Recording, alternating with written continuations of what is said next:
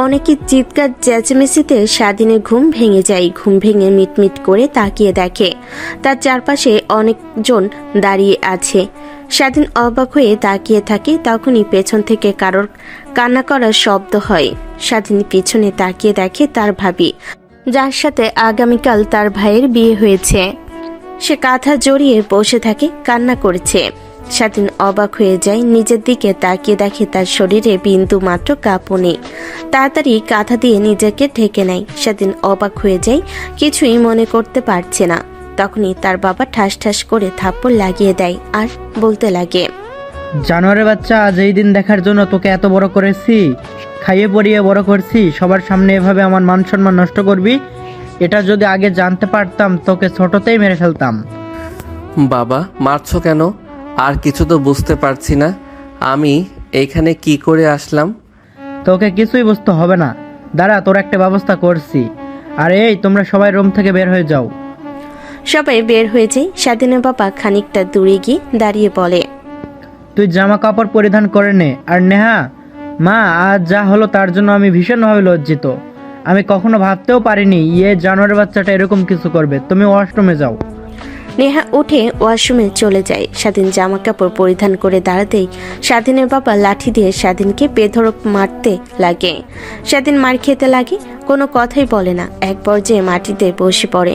মারতে মারতে লাঠি ভেঙে যায়। স্বাধীন ফুলরির দিকে তাকিয়ে নীরবে কান্না করতে লাগে।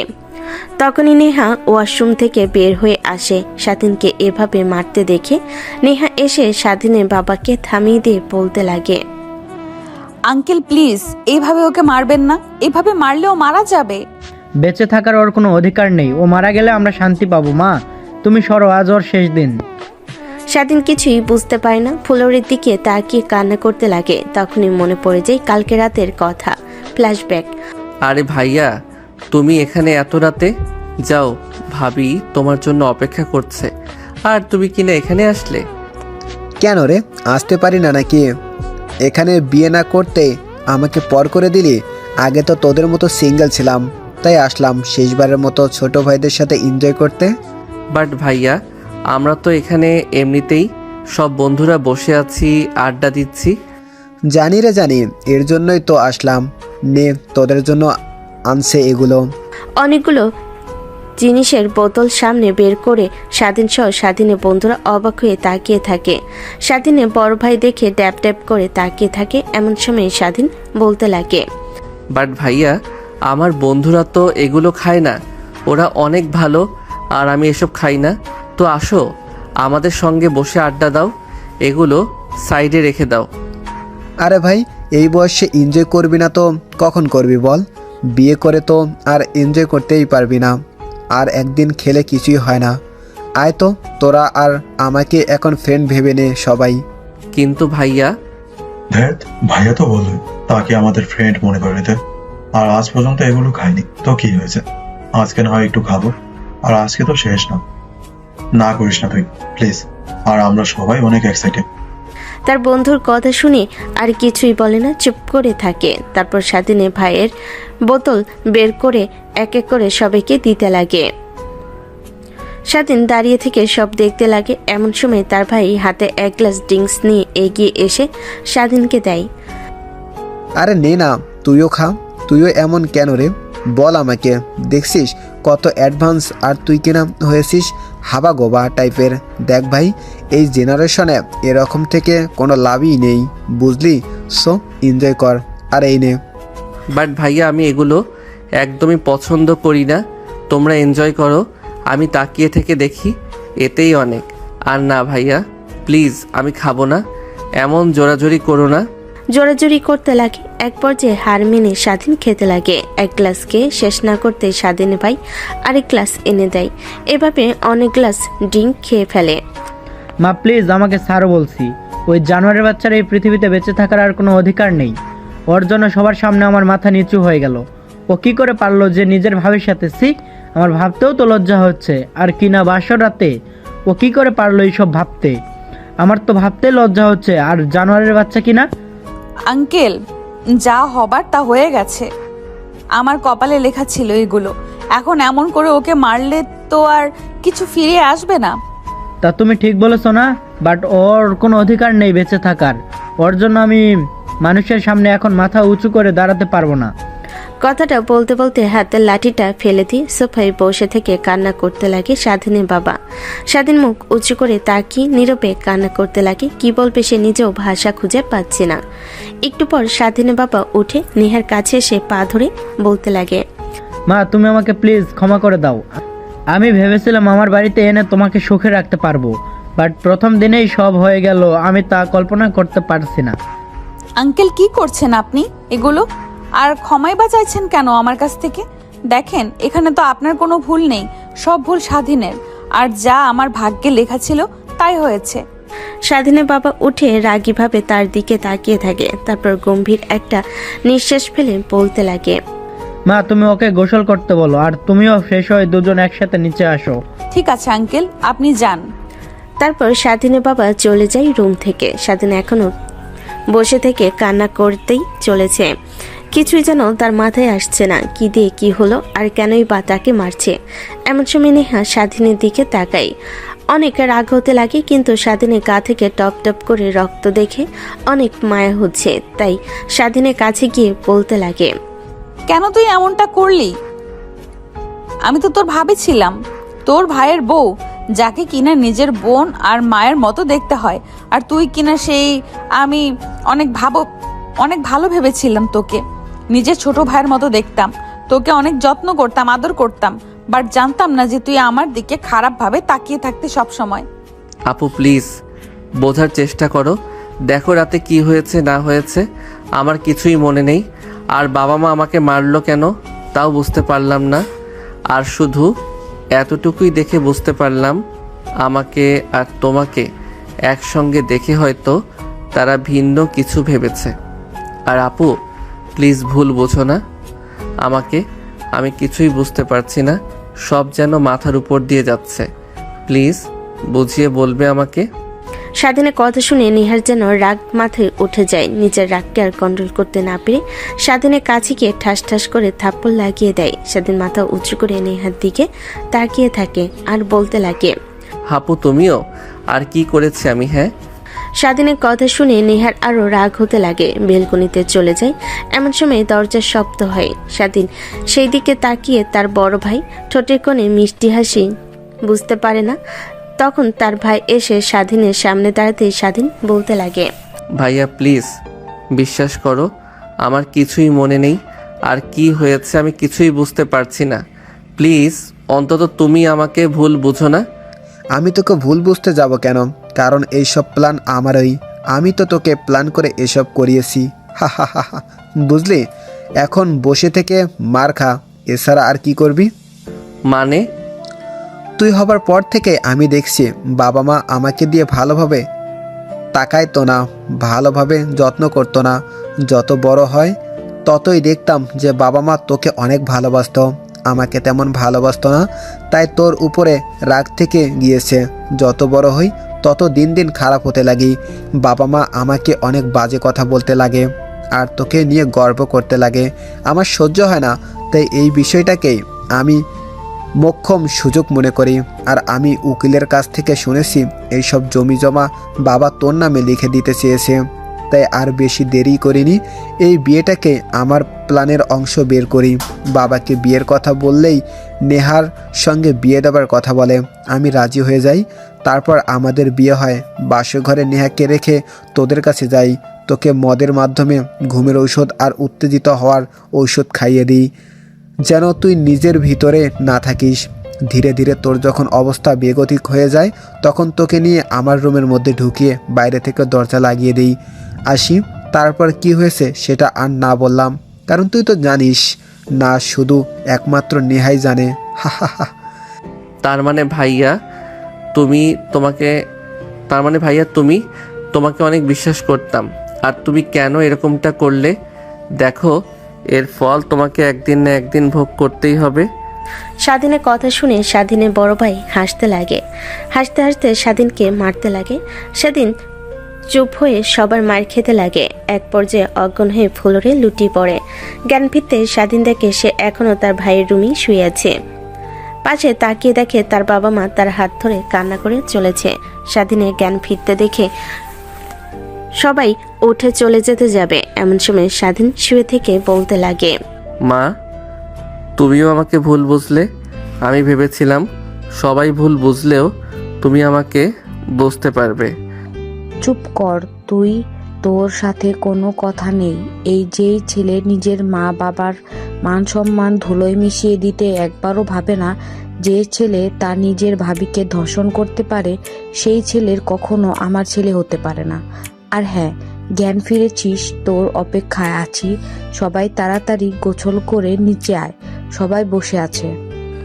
স্বাধীন কিছুই বলে না। তার মা রুম থেকে চলে যায়। স্বাধীন উঠে মুখে হাসি রেখা টেনে ভাবতে লাগে, ভাইয়া যেই খেলা খেলছে এতে মা কেন, স্বয়ং আমিও আমাকে ভুল বুঝাচ্ছি। এখানে মা বাবাকে আর কি দোষ দেব? কিন্তু ভাইয়া, তোমাকে এই পাপের ফল একদিন না একদিন ভোগ করতেই হবে। কথাটা বলে স্বাধীন দাঁড়াতে যাবে, তখনই পড়ে যায়। কোনো রকম ভাবে নিজেকে সামলে নেয়। তারপর ওয়ার্ড্রপ থেকে জামা কাপড় বের করে ওয়াশরুমে চলে যায় গোসল করার জন্য। শাওয়ার অন করতে গায়ে পানি লাগতে কাটের জায়গাগুলো থেকে অনেক ব্যথা হতে লাগে, পুড়ে যেতে লাগে।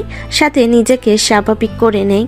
রক্ত লাগানোর স্থানগুলো নিজে পরিষ্কার করতে লাগে। তারপর গোসল করে পোশাক পরিধান করে বাহিরে আসে। এসে তার ভাইকে দেখে দাঁড়িয়ে আছে রুমের মধ্যে। স্বাধীন তার ভাইয়ের দিকে তাকিয়ে কৃত্রিম একটা হাসি দেয়। এটা দেখে স্বাধীনের ভাই বলতে লাগে, কিরে তোর আবার কি হলো? মার খেতে খেতে পাগল হয়ে গিয়েছিস নাকি? আমাকে দেখে এইভাবে হাসছিস যে? তেমন কিছুই না, শুধু ভেবেই অবাক হচ্ছি, তুমি কি আসলেই আমার নিজের ভাই? যদি নিজের ভাই হতে তাহলে কখনোই এক ভাই আরেক ভাইকে এভাবে সবার সামনে ছোট করতে পারতো না। সামান্য কিনা জায়গা নিয়ে তুমি যদি আমাকে বলতে, আমি নিজেই তোমাকে সব কিছু লিখে দিতাম। আমি নিজে কাউকে না বলে এই বাড়ি থেকে বের হয়ে যেতাম। কেন করলে তুমি এমনটা ভাইয়া? বাবা মার মান সম্মান নষ্ট করলে। এত কিছু তোকে বুঝিয়ে বলতে পারবো না। এখন চুপচাপ নিচে যাবি, সবাই যা বলবে চুপচাপ করে শুনবি। যদি কিছু বলিস, আমি তোকে সব বলেছি, তাহলে তোর খবর আছে। আর তোর কথা এমনিতে কেউ বিশ্বাস করবে না। সো তুই বললেই কি আর না বললেই কি? স্বাধীন প্রত্যুত্তরে কিছুই বলে না। খোঁড়াতে খোঁড়াতে নিচে নামে, দেখে সবাই বসার রুমে বসে আছে।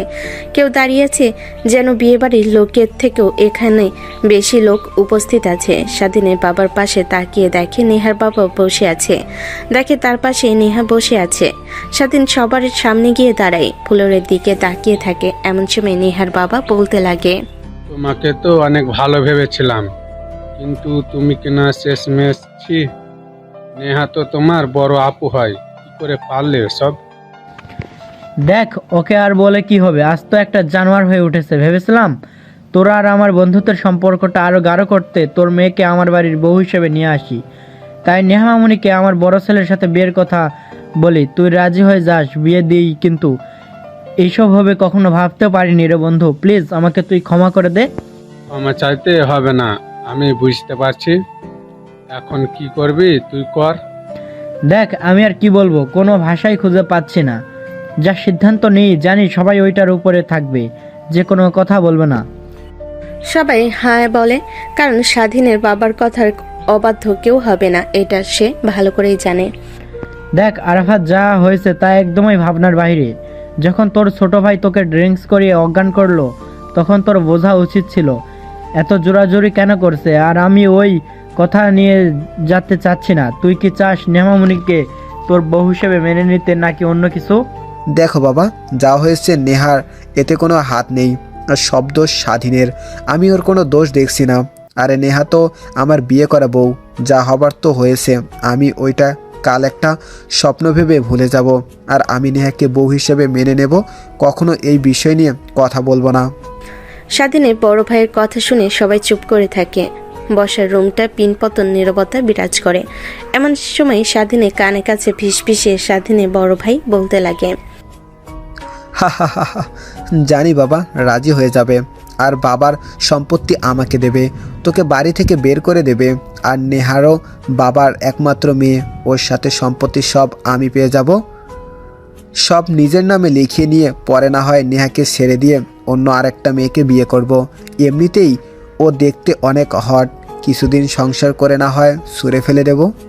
স্বাধীন তার ভাইয়ের কথা শুনে নিজের কানকে বিশ্বাস করতে পারে না। স্বাধীনের ভাইয়ের দিকে রাগী দৃষ্টিতে তাকায়। স্বাধীনের ভাই তার ঠোঁটে বাঁকা হাসি রেখা টেনে সামনের দিকে তাকায়। এই দৃশ্য সবার চোখের আড়াল হলেও নেহার চোখের আড়াল হয় না। তখনই নেহা বলে ওঠে, বাট আঙ্কেল, জানি না আপনি কি সিদ্ধান্ত নেবেন, বাট আমি আপনার বড় ছেলের সাথে সংসার করতে পারবো না। এই শরীর যে একবার ভোগ করেছে তাকেই বিয়ে করতে হবে। কি বলছো মা? তুমি এসব ওর মতো জানোয়ারের বাচ্চাকে তুমি বিয়ে করবে? হ্যাঁ।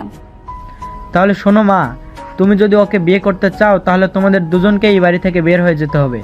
যেমন মান সম্মান নষ্ট করেছে তার জায়গায় এই বাড়িতে হবে না। স্বাধীন অবাক হয়ে নেহার দিকে তাকিয়ে থাকে। এমন সময় নেহার বাবা পাশ থেকে বলতে লাগে, তোর কি মাথা নষ্ট হয়ে গেছে নাকি? ওর মতো বাজে ছেলেকে তুই বিয়ে করতে চাস? দেখ, যা হবার তা তো হয়ে গেছে। আরাফাত তোকে তো মেনে নিতে চাচ্ছে, তো ওকে ভয় পেতে হবে না। আর আমি আর ওর আঙ্কেল তো আছি। না বাবা, আমি তোমাদের আমার সিদ্ধান্ত বলে দিয়েছি, বাকিটা তোমরা যা ভালো মনে করো। তাই আমি আমার সিদ্ধান্তের উপরে অটুট থাকবো। সবাই কানাঘোষা করতে লাগে, অনেকে অনেক কথা বলতে লাগে। এটা দেখে নেহার বাবা আরো রেগে যায় নেহার উপরে, তাই বলতে লাগে, আচ্ছা ঠিক আছে, তোর যেহেতু এটাই সিদ্ধান্ত, তাহলে শোন, তোকে এই বাড়ি থেকে বের করে দেব। আর আমার বাড়ির দরজা তোর জন্য চিরতরে বন্ধ। কথাটা বলেই নেহার বাবা নেহার মায়ের হাত ধরে উঠে বাসা থেকে বের হয়ে যায়। স্বাধীনের বাবা চুপ করে যায়। স্বাধীনের বড় ভাই রেগে বসার রুম থেকে বের হয়ে যায়। নেহা বসে থাকে। স্বাধীন দাঁড়িয়ে আছে ফ্লোরের দিকে তাকিয়ে। নিমিষেই বসার রুমটা খালি হয়ে যায়। স্বাধীনের বাবা কি করবে যেন নিজেই ভেবে উঠতে পারে না। এমন সময় নেহা উঠে স্বাধীনের কাছে আসে। স্বাধীনের হাত ধরতে যাবে, অমনি স্বাধীন নেহার হাত ছেড়ে দেয়। আপু, কি করছেন আপনি? মাথা ঠিক আছে? আপনার এত কিছু হয়ে যাওয়ার পরও ভাইয়া আপনাকে মেনে নিতে চাচ্ছে, আর আপনি কি না? তুই চুপ থাক, তুই কোনো কথাই বলবি না। আর চল আমার সাথে, এখানে থাকতে হবে না। কিন্তু কোথায় যাব? একটা না একটা ব্যবস্থা হয়ে যাবে আমাদের। এখন চল এখান থেকে। আর আঙ্কেল আসছি, আমাদের জন্য দোয়া করবেন। স্বাধীনের বাবা বলতে কেউ কিছু বলতে পারে না। আর কি বা বলবে? সে এত কিছু হয়ে যাওয়ার পরও যে নেহা এভাবে স্বাধীনকে মেনে নেবে কখনো ভাবতে পারেনি। স্বাধীন অবাক হয়ে যাচ্ছে। বাসার বাহিরে আসতে নেহার হাত স্বাধীন ছেড়ে দিয়ে বলতে লাগে, বাট আমি আপনাকে বিয়ে করতে পারবো না। যা হওয়ার তা হয়েছে, ওইটা ভুল মনে করবেন। আর হ্যাঁ, আমি সব ইচ্ছা করে করেছি। আপনার দিকে আমার অনেক আগে থেকেই লালসার দৃষ্টি ছিল, তাই নিজেকে আর বউ সাজে আপনাকে দেখে কন্ট্রোল করতে পারিনি। আর ভাইয়াকে মেনে নিয়ে সুখে শান্তিতে থাকেন, আমাকে নিয়ে ভাবতে হবে না। চুপ চুপ থাকবি তুই, বলছি না? আর একটা কথা বলবি না। চুপচাপ আমার সাথে বের হয়ে চল। কিন্তু আপু, বলেছি না, চুপ কর, একটা কথা বলবি না। আমি যা করি তুই তাই তাই কর। আর হ্যাঁ, আমি সব জানতে পারছি। স্বাধীনের চোখ বড় বড় হয়ে যায়। কি বলবে যেন নিজেও ভাষা খুঁজে পায় না। তারপর নেহা স্বাধীনের হাত ধরে বাসার বাইরে নিয়ে আসে। কি করবে সে নিজে জানে না। তার কাছে একটা টাকাও নেই। আর সে তো চলতো তার বাবার টাকায়। আর নেহা তাকেই বা কি করে বলবে। তখনই নেহা একটা গাড়ি দাঁড় করায় উঠে পড়ে। স্বাধীন নেহার দেখা দেখি গাড়িতে উঠে বসে। তারপর সোজা যেতে লাগে। প্রায় 20 মিনিট পর পার্কের সামনে এসে গাড়ি দাঁড়ায়। নেহা নেমে রিক্সাওয়ালাকে ভাড়া দিয়ে পার্কের ভেতর প্রবেশ করে। স্বাধীন রিক্সা থেকে নেমে নেহার পিছু পিছু যেতে লাগে। তারপর একটা বেঞ্চিতে গিয়ে নেহা বসে পড়ে। স্বাধীন কি করবে যেন বুঝতে পারে না। বেঞ্চের পাশে দাঁড়িয়ে থাকে। নেহা স্বাধীনের দিকে মাথা ঘুরিয়ে তাকিয়ে বলে, এভাবে তাকিয়ে আছিস কেন? বস এখানে। কিন্তু আপু, তুমি আমাকে এখানে নিয়ে আসলে কেন? যাক, ভালোই করেছো। তোমাকে বুঝিয়ে বলতে পারবো। দেখো ভাইয়া তোমাকে অনেক ভালোবাসে, আর এত কিছু হবার পরও ভাইয়া তোমাকে মেনে নিতে চাচ্ছে। তুমি পাগলামি না করে বাসায় যাও, ভাইয়ের সাথে সুখের সংসার করো। আর আমাকে নিয়ে ভাবতে হবে না। আমি ছেলে মানুষ যেহেতু একটা না একটা ব্যবস্থা করতেই পারবো। চুপ করবি তুই? আমি তোকে ডাকতে যাওয়ার জন্য রুমে যাচ্ছিলাম, হঠাৎ রুম থেকে তোর ভাইয়ের হাসির শব্দ শুনতে পাই। অনেকটা অবাক হয়ে যাই, তাই বাইরে দাঁড়িয়ে থাকি। তোর ভাইয়ের সব কথা শুনছিলাম, অনেক অবাক হয়ে যাই আমি। একটা মানুষ কি করে এতটা খারাপ হতে পারে? কি বলো আপু তুমি? আমার কাছ থেকে তোকে আর লুকাতে হবে না, সব জানতে পারছি। এখন চুপ করে বসে থাকতো, এমনিতেই ভালো লাগছে না। এই একদিনের মধ্যে মাথার উপর দিয়ে এত যে ধকল চলে যাবে কখনো ভাবতেও পারিনি। বাড়িতে তো যেতেই পারবো না, বাবা যে কথা বলে গিয়েছে। এখন কি করে যে কি করি? নেহা চিন্তা করতে লাগে কি করবে। সে স্বাধীন বসে থেকে ভাবতে লাগে। এমন সময় পাশ থেকে নেহা বলে ওঠে, দেখ, যা হওয়ার তা তো হয়েই গিয়েছে, এখন আর এইসব ভেবে কোনো লাভ হবে না। এখন তুই নতুন করে জীবন শুরু করতে হবে। এর আগে চল, তোর ভাইকে ডিভোর্স দিতে হবে। ওর মতো জানোয়ারের বাচ্চাকে নিজের লাইফ থেকে বের করতে হবে, তারপর তোকে বিয়ে, তারপর বাকিটা দেখা যাবে। কি বলছেন এসব আপু? প্লিজ রাগান্বিত হবেন না। ভাইয়া আমার উপরে রেগে এসব করেছে। তাছাড়া ভাইয়া অনেক ভালো আছে, আর আমি তো সরি বলছি, আর ভাইয়া তো আপনাকে মেনে নিবে। স্বাধীনের কথা শুনিয়ে নেহা থাপ্পড় লাগিয়ে দেয়। স্বাধীন গাল ধরে বসে থাকে। নেহা রেগে বলতে লাগে, তোকে কি বললাম যে ওই জানোয়ারের বাচ্চাটার নাম নিবি না আমার মুখের সামনে, তারপরও বারবার ওর কথাই বলে চলেছিস। দেখ, ওর মতো জানোয়ারের বাচ্চার নাম কখনো নিবি না। নিজের ছোট ভাইকে যে শত্রু মনে করে সে কখনো মানুষ হতে পারে না।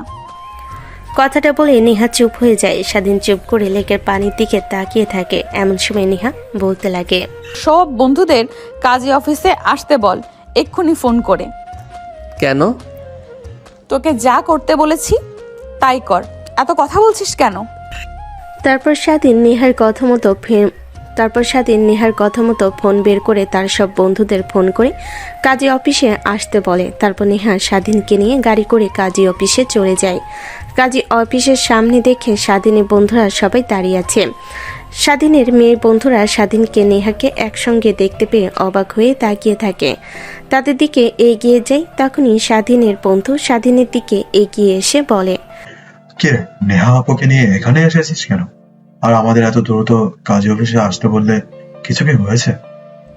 না, তেমন কিছু না। আপু বলল তাই আসলাম। ও আচ্ছা, তাহলে চল। তারপর কাজী অফিসের ভিতরে প্রবেশ করে।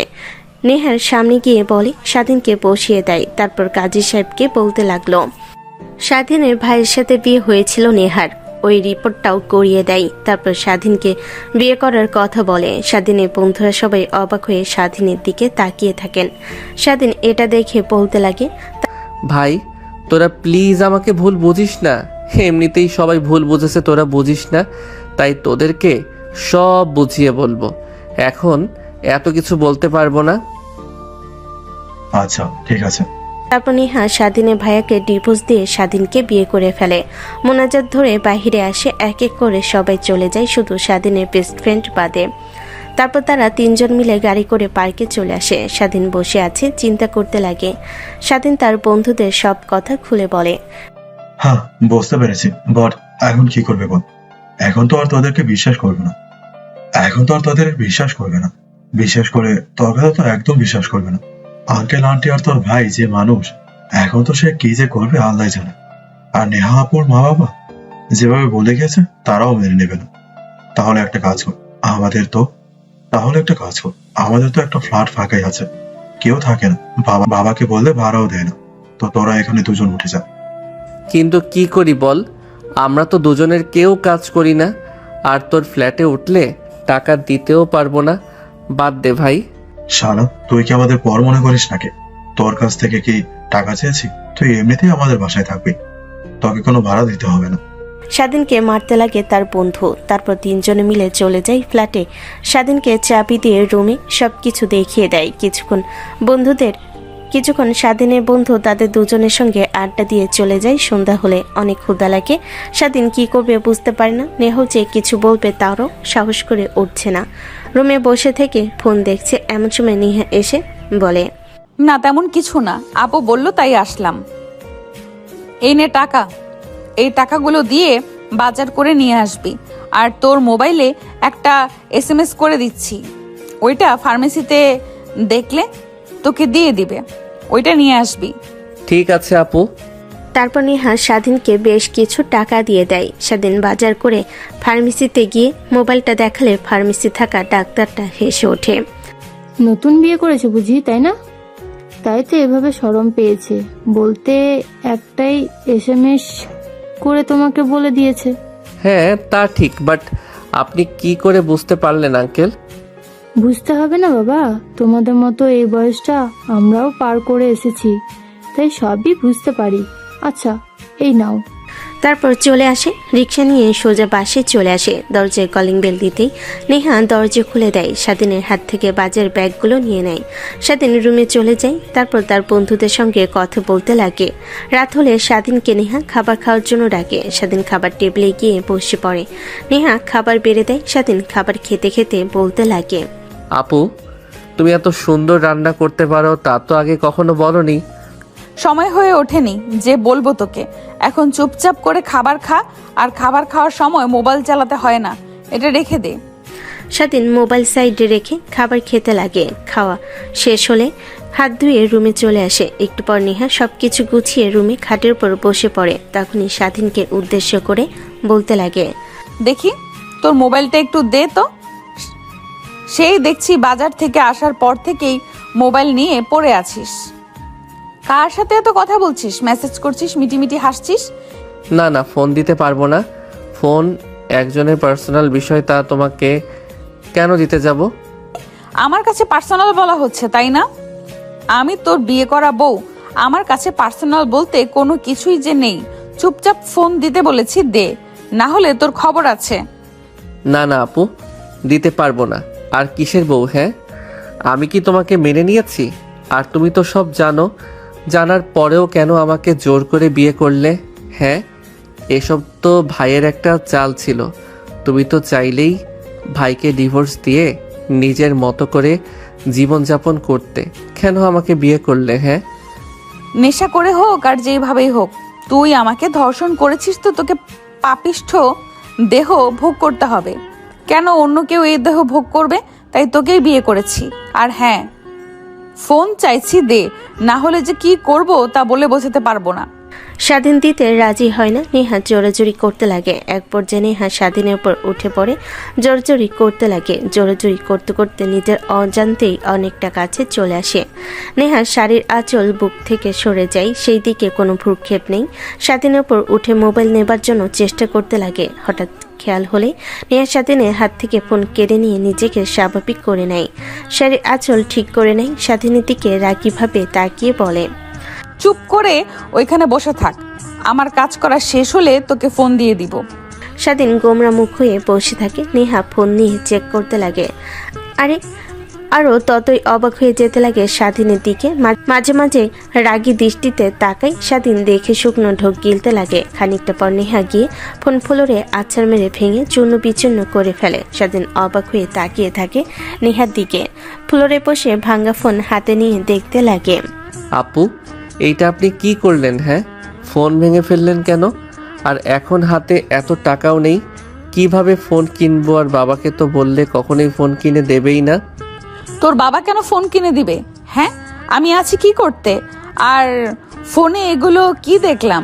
এমনিতে তো ভালো মানুষের মতো ঘুরে বেড়াস, মনে হয় ইনোসেন্ট, কোনো মেয়ের সাথে মুখ তুলে কথা বলে না, বাট এগুলো কি? হ্যাঁ, কই আপু, কিছুই তো না।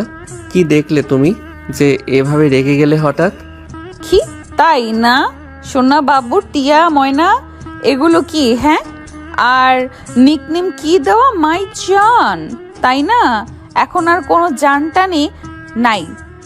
আমি তোর বিয়ে করাবো, আমি সব তোর, ময়না, টিয়া, জান, সোনা সব।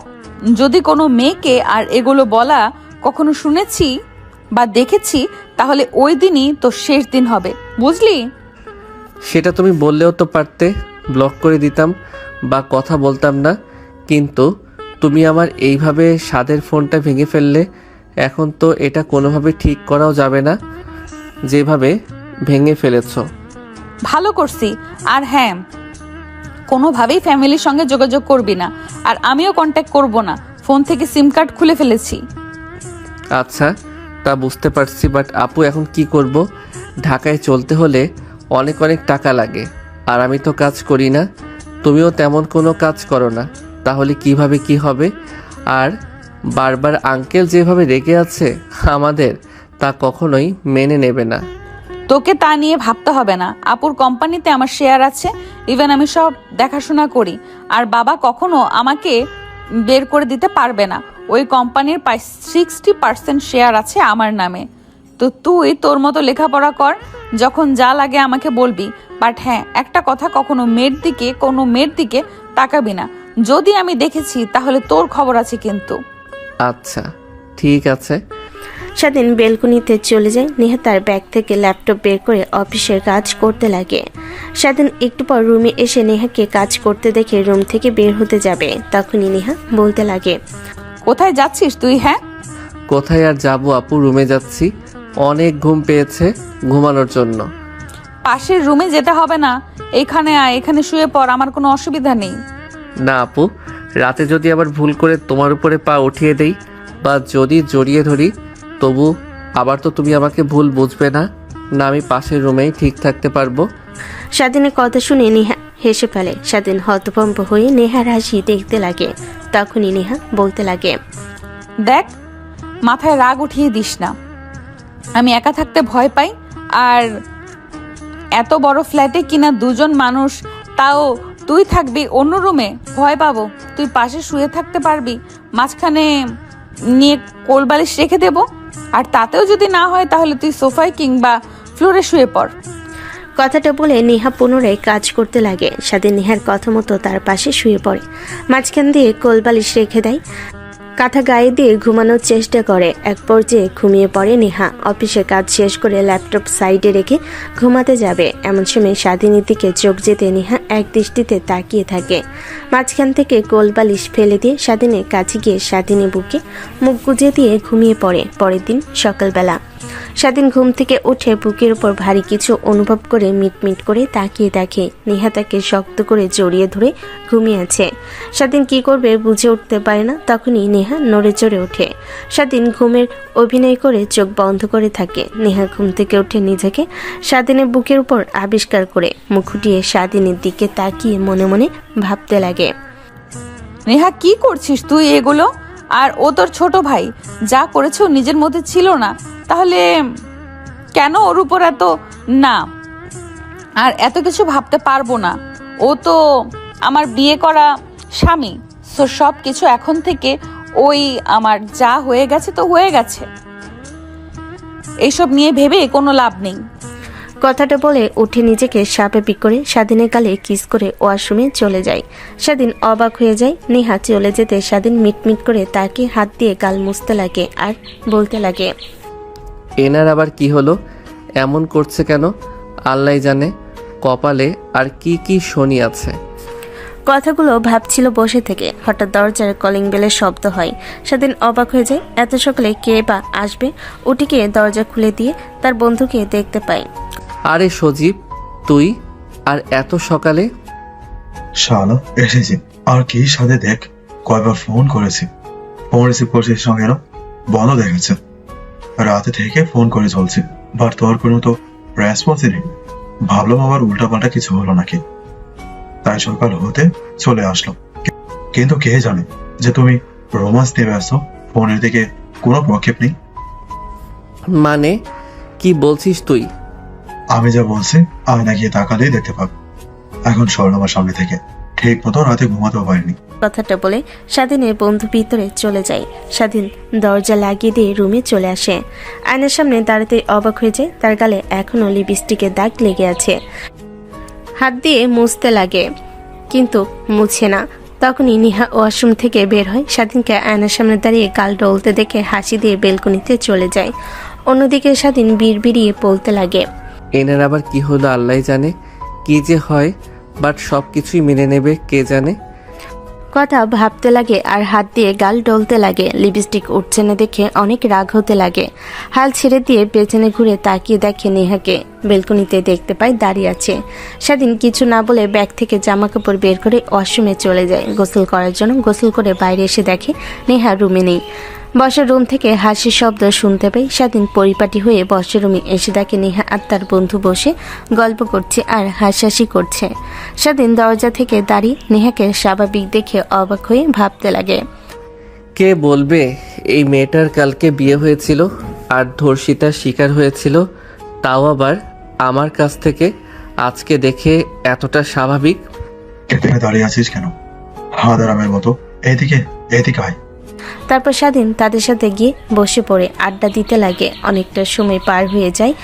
তখনই স্বাধীনের বন্ধু বলতে লাগে, আপু অনেক ক্ষুধা লেগেছে, আর এত সকালে তো কোনো হোটেল খোলা পাবো না। রাতে এত করে ফোন করলাম, পেলাম না, তাই চিন্তাতেই ঠিক মতো খেতেও পারিনি। আগে বলবে না তুমি? আচ্ছা বসো, আমি একটু আসছি, তোমাদের জন্য খাবার রান্না করে নিয়ে আসি। না না আপু, আপনাকে কষ্ট করতে হবে না, আমি অনলাইনে অর্ডার করে দিয়েছি। না হলে স্বাধীন রান্না করব, জানেন ও অনেক ভালো রান্না করতে পারে। স্বাধীনের বন্ধুর কথা শুনে নেহা অবাক হয়ে স্বাধীনের দিকে তাকায়। কি বা রান্না করতে পারে? পারে মানে জানেন না তাহলে?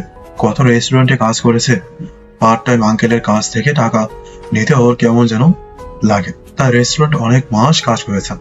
আঙ্কেল জানতে পেরে ওর সাথে রাগারাগি করলে আর কাজ করে না সে থেকে। অনেক ভালো রান্না করতে পারি। আমি তো ওর বাসায় গেলে ওর হাতের খাবারই খাই, আন্টির হাতে তো খাই না বললেই চলে। এভাবে অবাক হয়ে তাকিয়ে দেখছিস কিরে? যা রান্না করতে যা। স্বাধীন ছোট বাচ্চাদের মতো উড়ে পড়ে কিচেন রুমে গিয়ে রান্না করতে লাগে। অন্যদিকে নেহা বলতে লাগে, এইভাবে বললে কেন তুমি ওকে? এমনিতে ছেলেটার উপর যে ধকল গেছে, কালকে আঙ্কেল আর ওর ভাই অনেক মেরেছে, আমার অনেক কষ্ট হয়েছিল, কিন্তু রাগ হচ্ছিল। পরে এখন সব জানতে পারি, দরজা পেছন থেকে লুকিয়ে তখন সব রাগ ভালোবাসায় পরিণত হয়। তোমাকে একটা কথা জিজ্ঞেস করি, দেখো তুমি আমাকে নিজের আপন মনে করে বলো, ও কি কোনো মেয়ের সাথে রিলেশনে আছে? মানে আপু, দেখো ভয় পেতে হবে না, যা সত্যি তাই বলো। কোনো মেয়ের সাথে রিলেশনশিপে আছে কি না?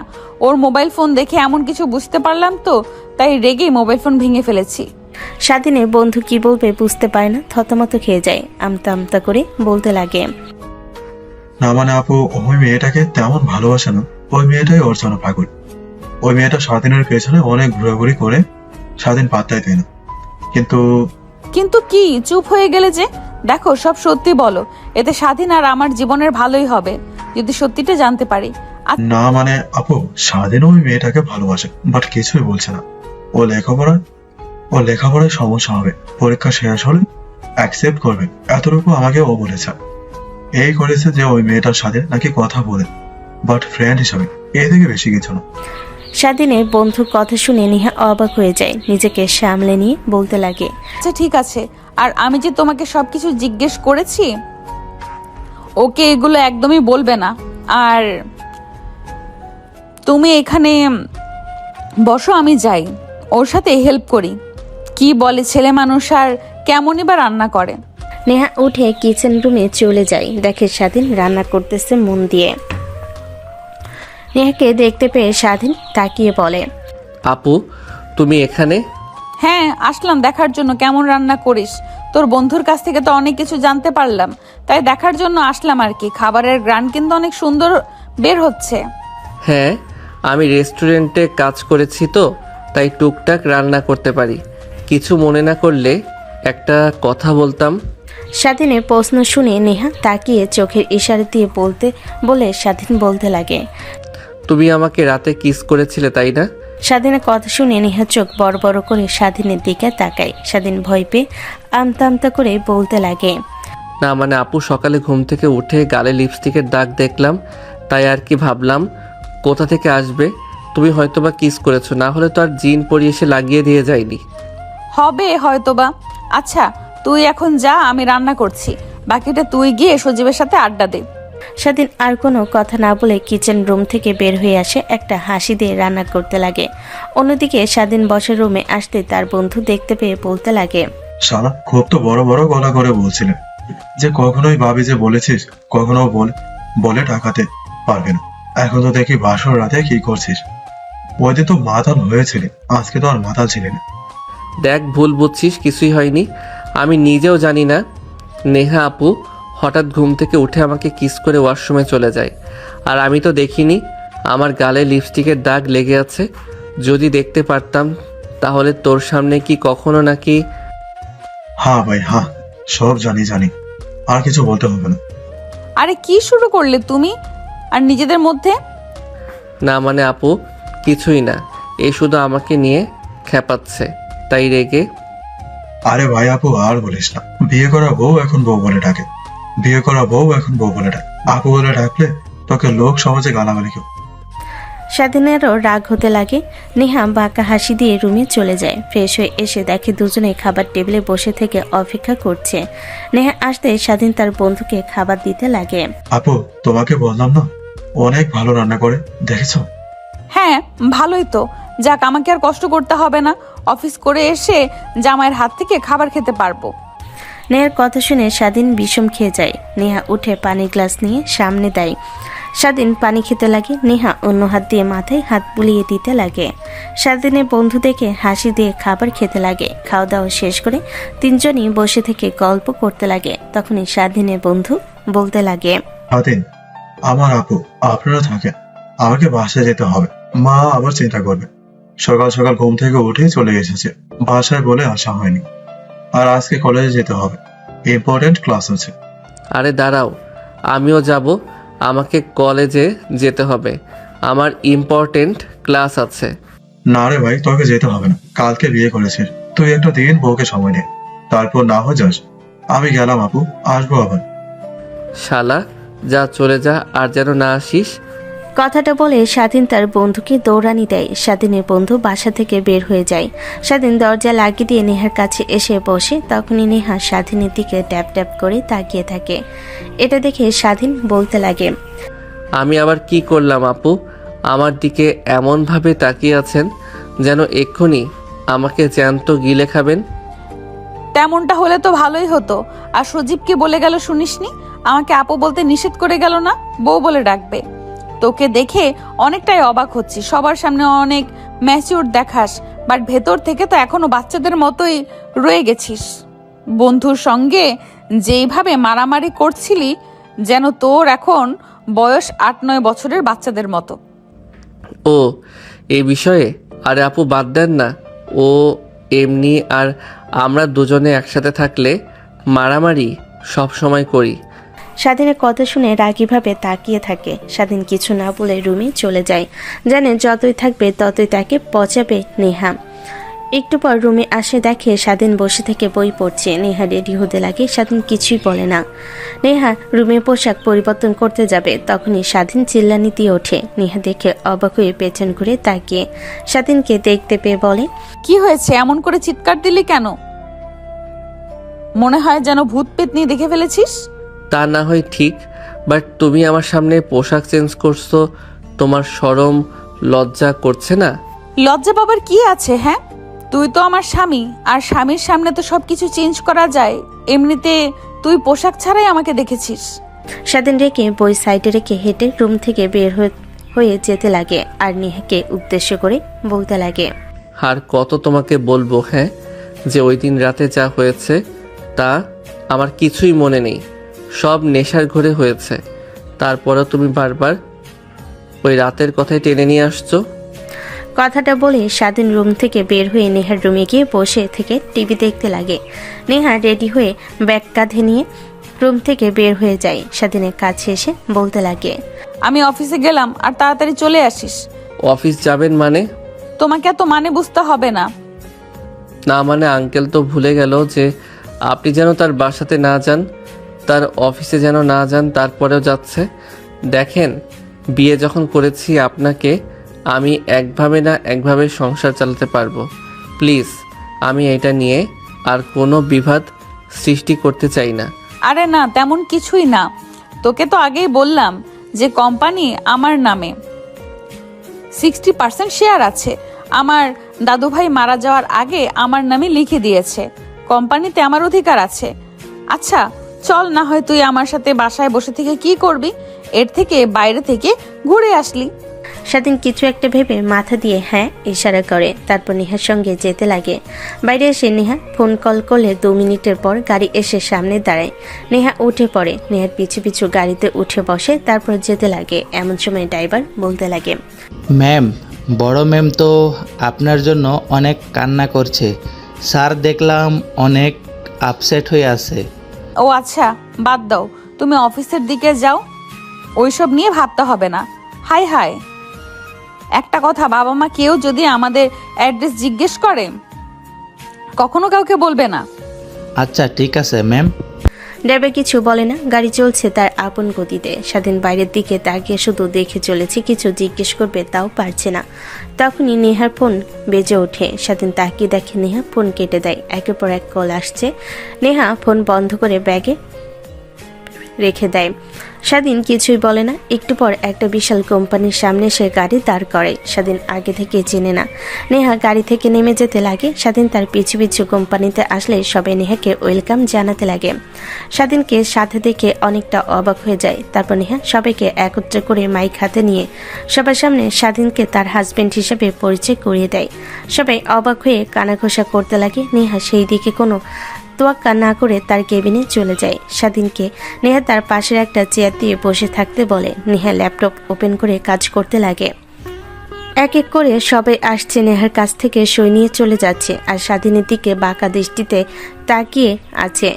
দেখতে দেখতে অনেকটা সময় পার হয়ে যায়। নেহার সব কাজ শেষ করে স্বাধীনকে নিয়ে বাইরে বের হয়ে গাড়ি করে যেতে লাগে।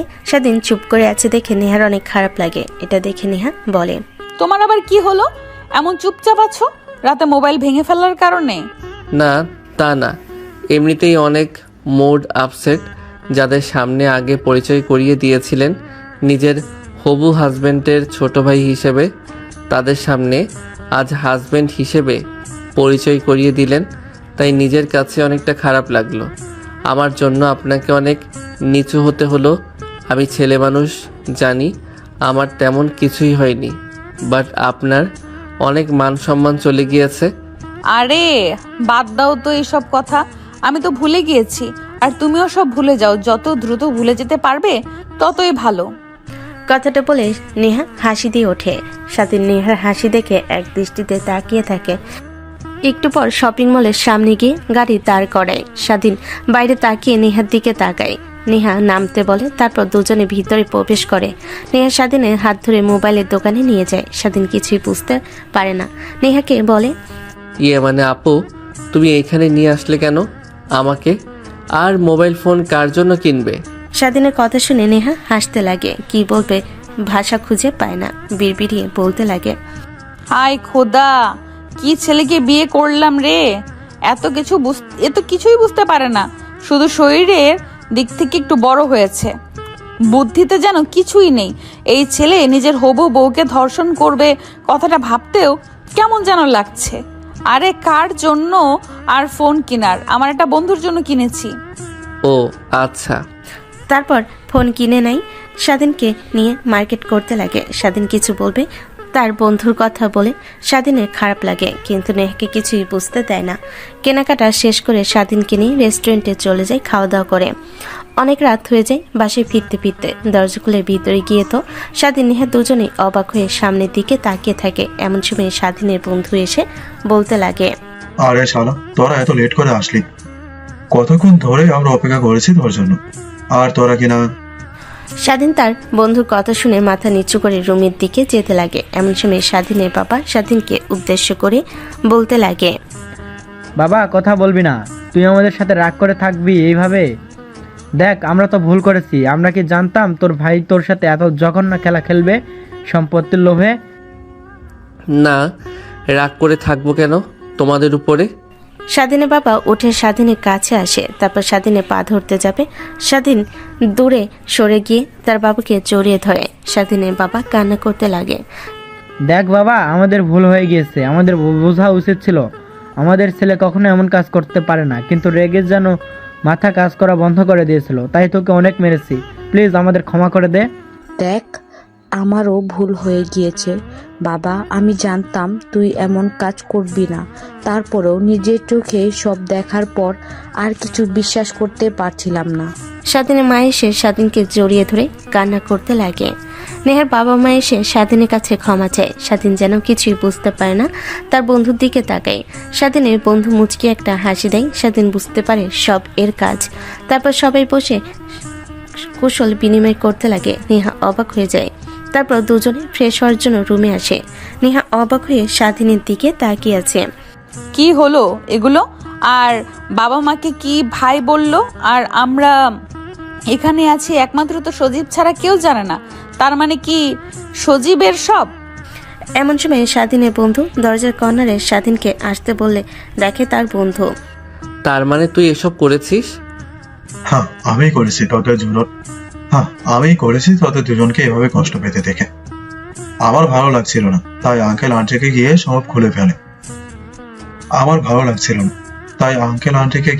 সব খুলে বলি। তারা কিছুই বুঝতে পারে না। যখন সব বোঝে, বলার পর সব দেখিয়ে দেওয়ার পর বুঝতে পারে।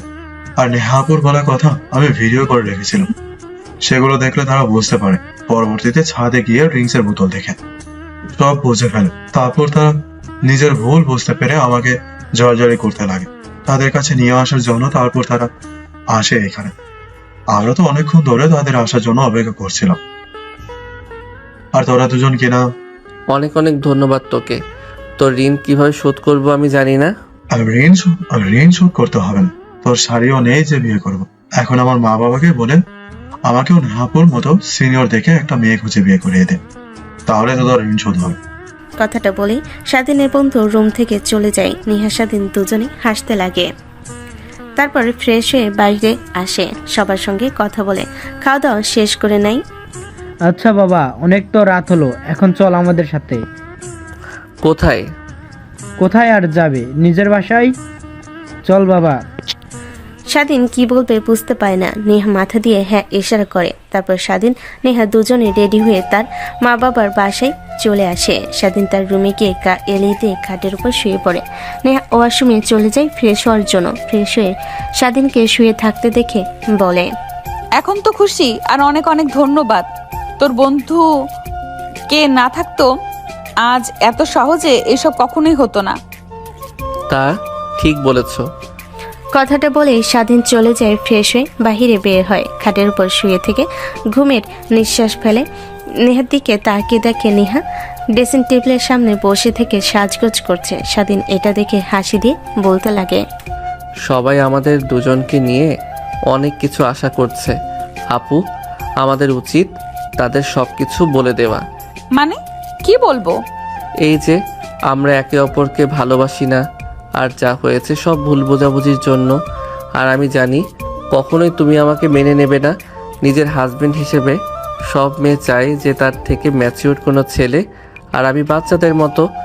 নেহা স্বাধীনের দিকে রাগীভাবে তাকালো। স্বাধীন বুঝতে পারে না নেহা স্বাধীনের কাছে এসে স্বাধীনের উপর উঠে বসে, দুহাত দিয়ে গলা চেপে ধরে বলতে লাগে, আমি তোকে সব বলেছি। হ্যাঁ, যে তুই এসব বলেছিস, আর আমি তো তোকে স্বামী হিসেবে মেনে নিয়েছি। ওটা তুই তো মেনে নিসনি। কোনো মেয়েকে নিয়ে যেন ভালোবাসার স্বপ্ন দেখেছিস, ঘর বানানোর, তাই তো? তার উপরে আমিও জোর খাটাচ্ছি না, এখন আর না। এখন তো পরিবারও মেনে নিয়েছে। এখন দেখবো কোন মেয়ের দিকে তুই তাকাস, তারপর ওই মেয়েকে, তারপর তোর চোখ একদম উপড়ে ফেলবো। আর মিথ্যে বলতে হবে না বাবু, আর ছাড়ো আমাকে। তুমি তো তোমার প্রিয় মানুষের জন্য সব কিনেছো, পোশাক আশাক, মোবাইল ফোন। আমি ভালো করেই জানি, আমাকে বোঝাতে হবে না, আমি ছোট বাচ্চা নই। হায় আল্লাহ, তুই এখনো ছোট বাচ্চাই রয়েছিস। তোর বুদ্ধি বলতে কিছুই হয়নি। নিজেই তো দেখলি তোর পছন্দ মতো ফোন কিনলাম, তোর পছন্দ মতো সব জামা কাপড় কিনলাম, আর তুই বলছিস আমার ফ্রেন্ডের জন্য। হাদারাম, আমার ফ্রেন্ড একটাও নেই, ছেলে ফ্রেন্ড সব তোর জন্যই কিনেছি। কি? শালা কুত্তা।